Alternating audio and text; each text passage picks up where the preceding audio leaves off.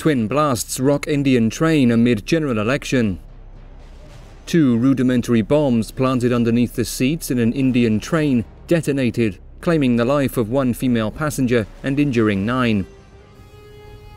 The Guwahati-bound train departed from Bangalore and stopped at Chennai at around 7 a.m.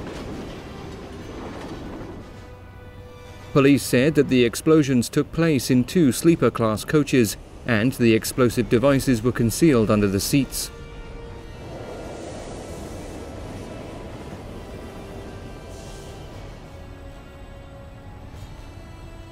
A 22-year-old female passenger was killed in the blast. 9 others were injured.